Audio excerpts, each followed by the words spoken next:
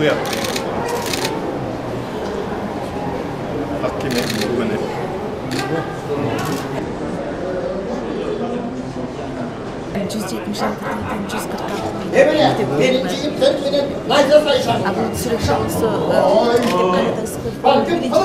Kudayın kim?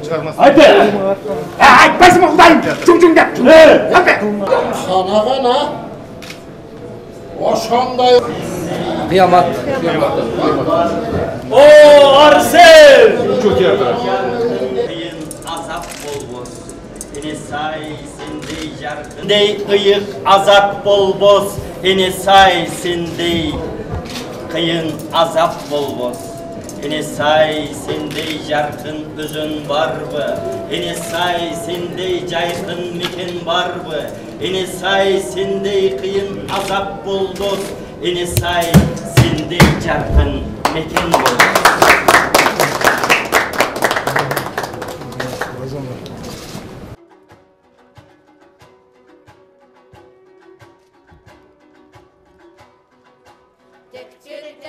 Tektir saz, tegişi oynoy ördok gaz. Tentuş sağınsa, tegeni dertay kozdun jaş. Kurbu saz, kuşu oynoy ördok gaz. Kurbu sağınsa, bu yıla peyken kozdun jaş. Не объяснила ему побег его завоевания, и тем больше укреплялся он в уверенности, что у неба он на особом счету, что верховные силы неба на его стороне. Жаниши войной ордов каз, турбо сагынса.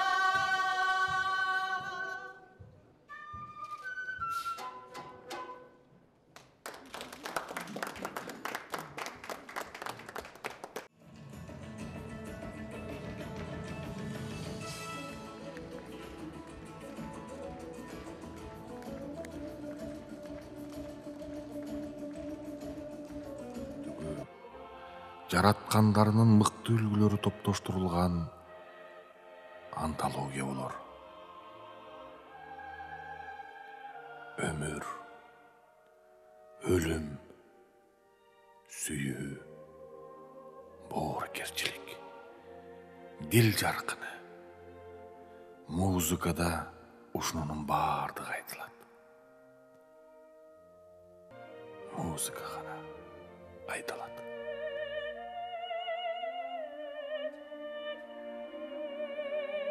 Başında verilince tatay taraf, kaşarın altını, senin altına sağlık. Kim bilet birinci manaşı kim bolğonun? Biz elbiz, jurtbuz. Bizin de basıp ötken küreş yolumuz var dep sezip. Eltin başынан ötkörgön tarihin birinci bolup kim ırga jamaktaganin kim bilsin. Balkim al 40 çoronun biridir. Balkim kabarsız bir jılkışıdır, koyçudur. Aytor biz anı hiç kaçan bile albayız. Bирок Manas eposu algaçkı baştalganında sızılgan bulaq öngdönüp, keyin jürüp oturup, doğordan doğorga göçüp, oğuzdan oğuzga göçüp, daira olup, ulağın bargan sayın göbeyip, küçöp, yetilgenine şek yok.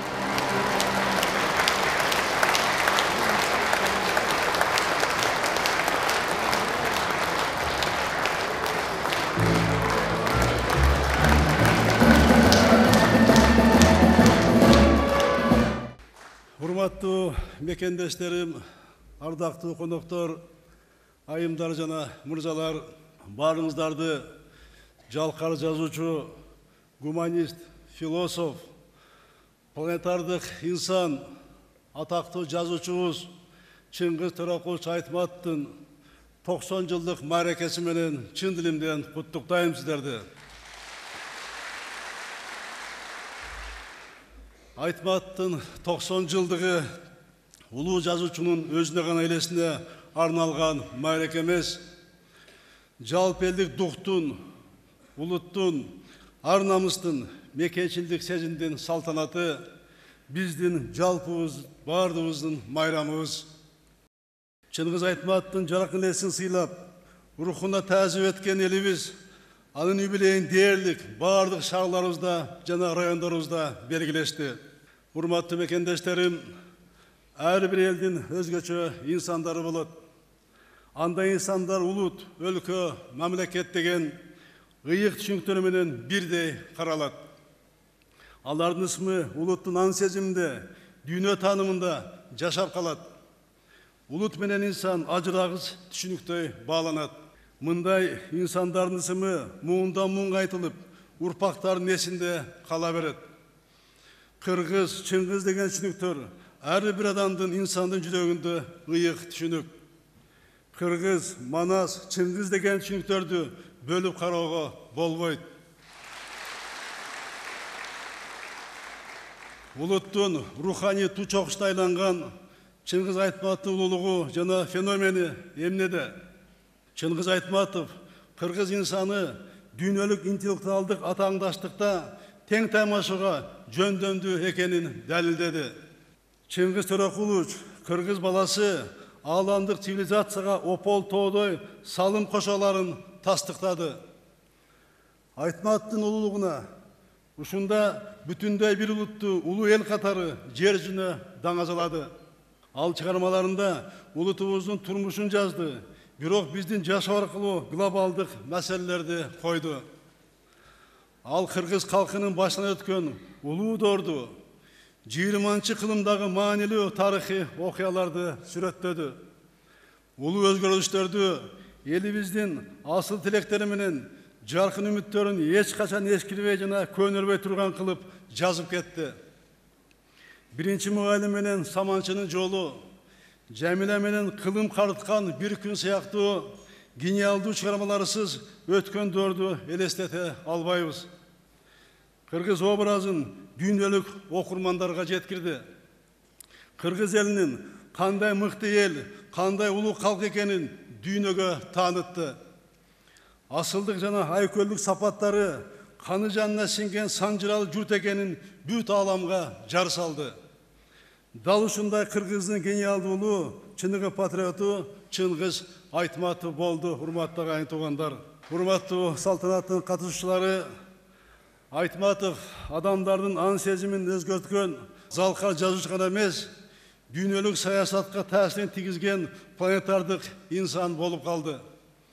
Ал адабияттын гана руханий кубулушу эмес, ал дүйнөлүк маданияттын феномени болду. Бул дүйнөдө адамдан адамга, муундан муунга өткөн акыл эс гана түбөлүктүү, аны жоготуп алса, адамзат да жоголот деп айткан.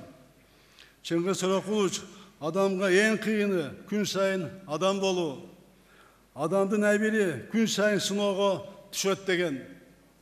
Адам болуу, адамдыктын идеалын сактоо, анын ыйман тазалыгына умтулуу, бул жазуучунун ыймандык кодекси. Бул сөздөр жазуучунун бизге калтырган аманат сөзү, аманат акылы.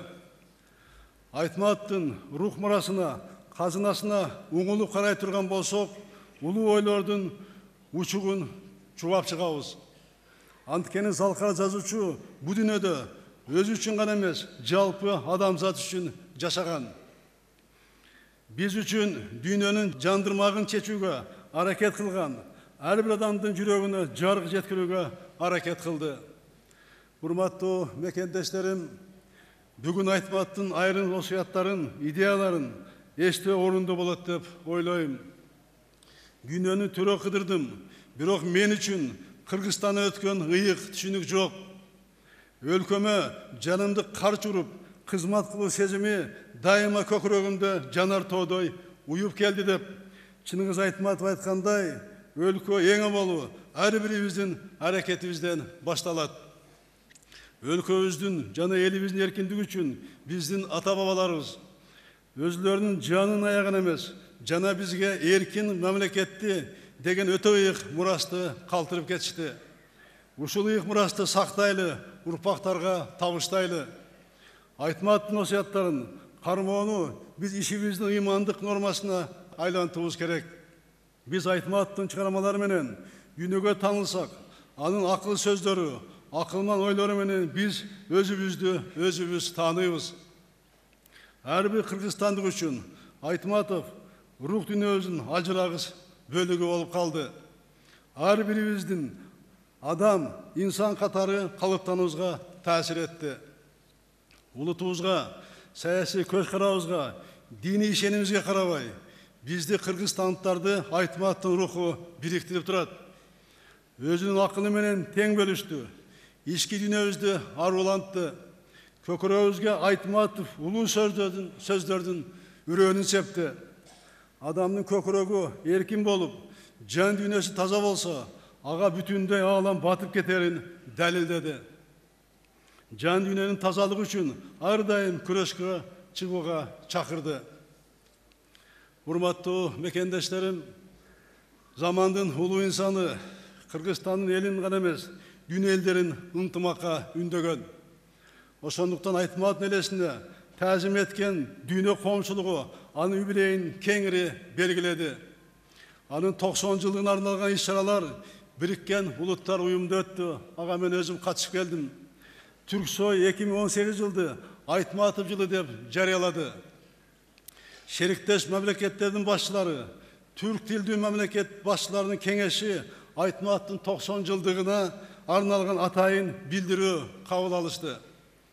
Айтматовдун эскерүүчүлөрү Россияда, Туркияда, Казакстанда, Өзбекстанда, Азербайжанда, Белоруссияда, Англияда, Германияда, Японияда, Бельгияда, Австрияда, Кореяда, Иранда, жана башка өлкөлөрдө болуп өттү.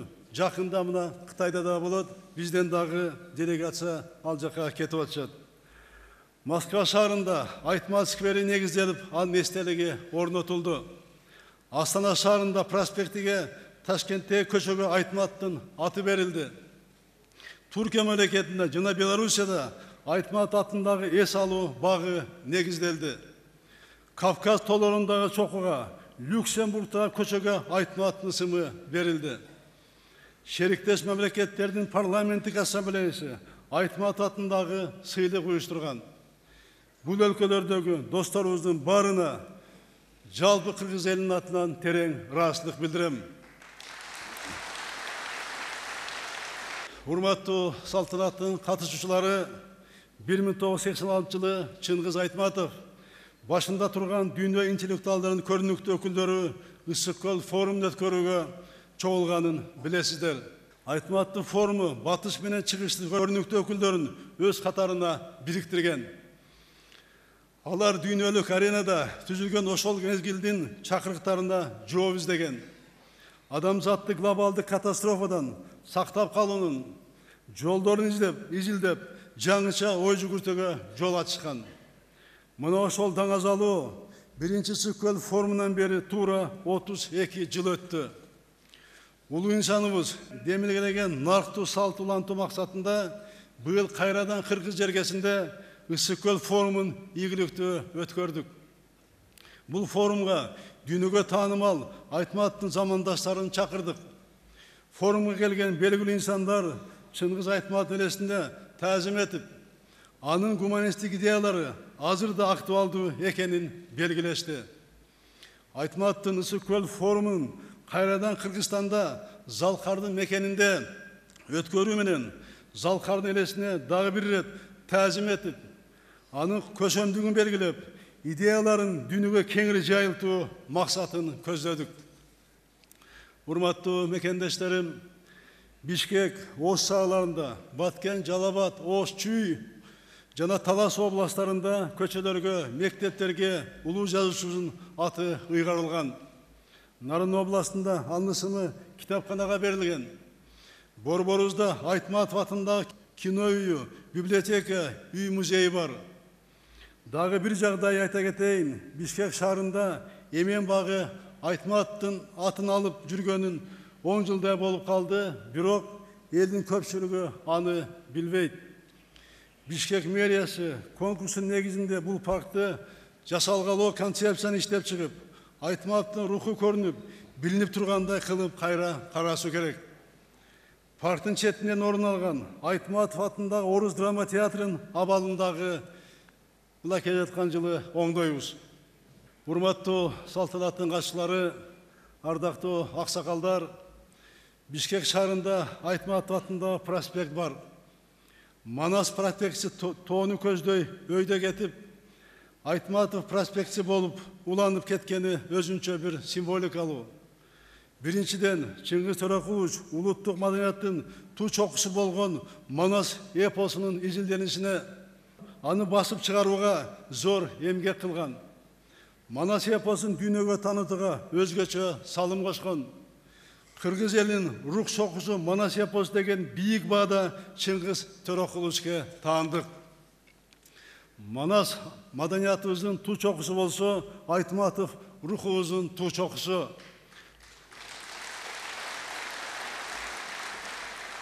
Буга байланыштуу, урматтуу аксакалыбыз Бексултан Жакиев жакында эле мына жакшы ойду айтты.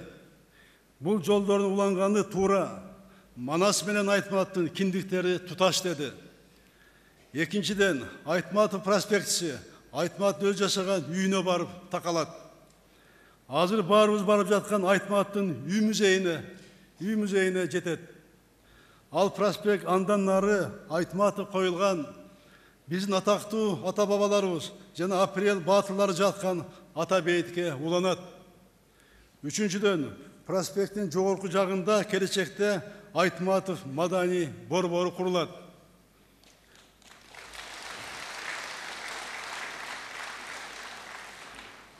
Азыр жазуучунун кичимекени Шекер айылында Чыңгыз Орда комплексинин курулушу башталды. Эми урматтуу мекендештерим, Бишкектин борборунда Разаев көчөсүндө китепкана деп салынган жаңы имараттын базасында Манас жана Айтмат академия түзүү чечимин кабыл алдык. Бул жакын арада документтерге кол коюлат.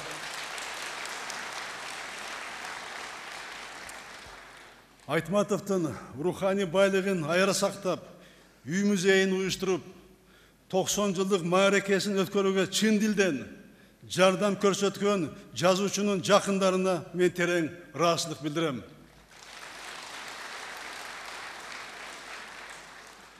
Урматтуу мекендештерим, Чыңгыз Айтматовдун 90 жылдыгы бул улуттук дуктун майрамы. Бул эркин ойдун майрамы. Бул таза имандын жана абийирдин майрамы. Ушул ыйык майрамыбыз кут болсун, урматтуу агайын туугандар. Чыңгыз Төрөкуловичтун элесине болгон урматчы быйылкы жыл менен эле бүтпөйт, жыл сайын уланып турат. Ала тоонун ак кар, көк муз баскан чоколары турганда, көкүрөгүбүздө кыргыз руху турганда, Чыңгыз Айтматов ысымы түбөлүк жашай берет. Чыңгыз Төрөкуловичтун элеси эч качан өчпөйт. Түбөлүк таазим сизге элимдин улуу залкары. Рахмат сиздерге.